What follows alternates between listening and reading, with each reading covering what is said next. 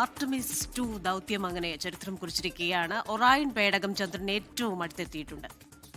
ചന്ദ്രോപരിതലത്തിന് 6545 kilometre അടുത്താണ് പേടകം എത്തിയത്. ചന്ദ്രന്റെ പിന്നിലൂടെയുള്ള പേടകത്തിന്റെ യാത്ര തുടരുകയാണ്. ഇന്നലെ ഭൂമിയിൽ നിന്ന് മനുഷ്യൻ എത്തുന്ന ഏറ്റവും അകന്ന ദൂരം ഒറൈൻ പിന്നിട്ടിരുന്നു. അപ്പോളോ 13 ദൗത്യത്തിന്റെ റെക്കോർഡാണ് ഇന്നലെ മറികടന്നത്. ഇന്ത്യൻ സമയം ഇന്ന് പുലർച്ചെ 4:14 മുതൽ 40 മിനിറ്റ് സമയം മിഷൻ കൺട്രോളുമായി പേടകത്തിന് ബന്ധമുണ്ടായിരുന്നില്ല. പ്രതീക്ഷിക്കപ്പെട്ട ബ്ലാക്ക് ഔട്ട് ആയിരുന്നു ഇത്. 3 ദിവസവും 22 മണിക്കൂറും 31 മിനിറ്റും എടുത്ത് ഭൂമിയിലേക്ക് പേടകം മടങ്ങിയെത്തുമെന്ന് നാസ അറിയിച്ചിട്ടുണ്ട്.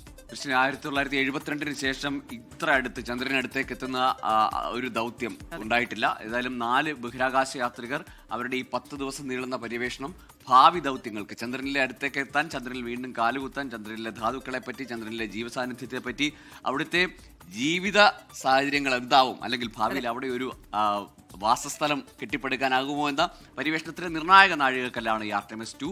ആർട്ടമിസ് 4-ലായിരിക്കും മനുഷ്യർ പോവുകയെങ്കിൽ പോലും ആ പോക്കിലേക്കുള്ള നിർണായകമായ വിവരങ്ങൾ, അതിനുള്ള തയ്യാറെടുപ്പുകൾക്ക് ഏറ്റവും സുപ്രധാനമായ വിവരങ്ങൾ ശേഖരിക്കുകയാണ് ഈ ദൗത്യത്തിൻ്റെ ലക്ഷ്യം.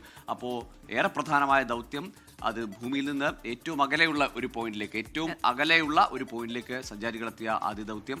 അങ്ങനെ പല റെക്കോർഡുകൾ ഭേദിക്കുന്നുണ്ട്.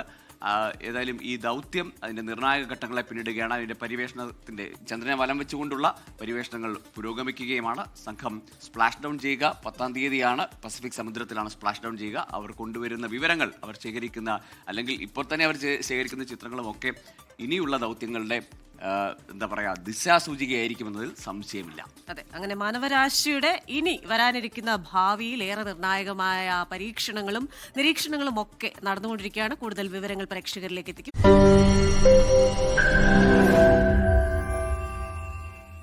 ലോകത്തെവിടെയായാലും ഏത് സമയത്തും 24 വാർത്തകളും ഓഗ്മെന്റഡ് റിയാലിറ്റി പാക്കേജുകളും എക്സ്പ്ലെയിനറുകളും വിശദമായി കാണാൻ ഞങ്ങളുടെ യൂട്യൂബ് ചാനൽ നിങ്ങൾക്ക് സബ്സ്ക്രൈബ് ചെയ്യാം.